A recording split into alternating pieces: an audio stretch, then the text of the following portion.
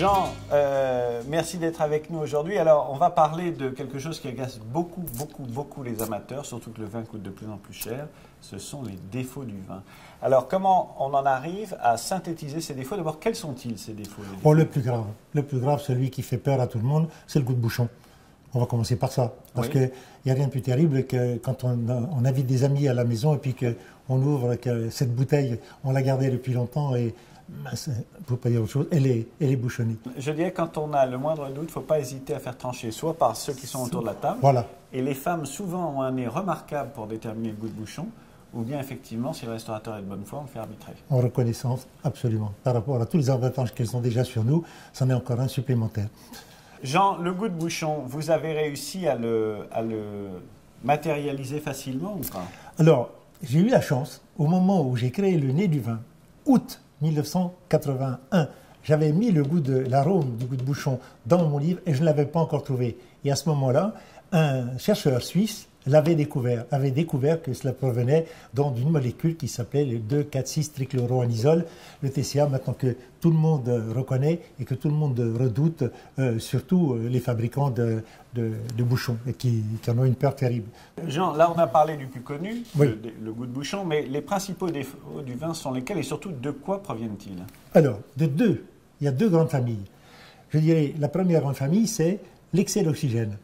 Donc, trop d'air va tuer déjà le jus de raisin.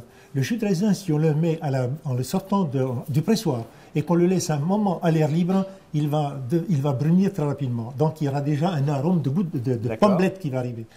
Donc cet excès ensuite va se transformer vers de l'acide acétique, donc le vinaigre.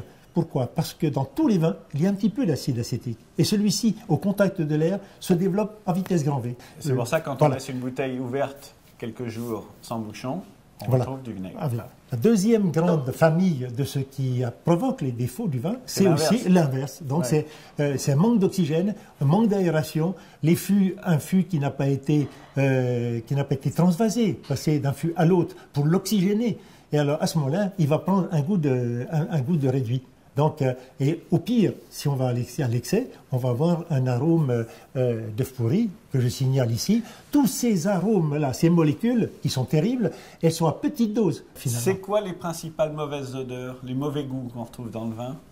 Donc les principaux arômes qu'on retrouve dans le coffret? Ici, je dirais donc la pommelette. Donc ensuite, vous avez tu as le goût de la piqûre acétique. Ensuite, dans les réductions, c'est le goût de l'œuf pourri, donc le mercaptan. C'est tous ces dérivés de mercaptan. Ça se traduit avec... Oui, il est détonnant lui-même. Je dirais que le coffret du nez du vin, c'est idéal pour découvrir le vin, apprendre à reconnaître les arômes, mais celui-là, c'est peut-être celui que je placerai en deux, moi, personnellement, parce que ça nous permet de mieux comprendre les mauvaises bouteilles qui créent le vrai drame familial quand on y a mis beaucoup d'argent, qu'on avait beaucoup d'attentes et que ça n'est pas au rendez-vous. Mais Jean, rassure-moi, c'est très accidentel quand même.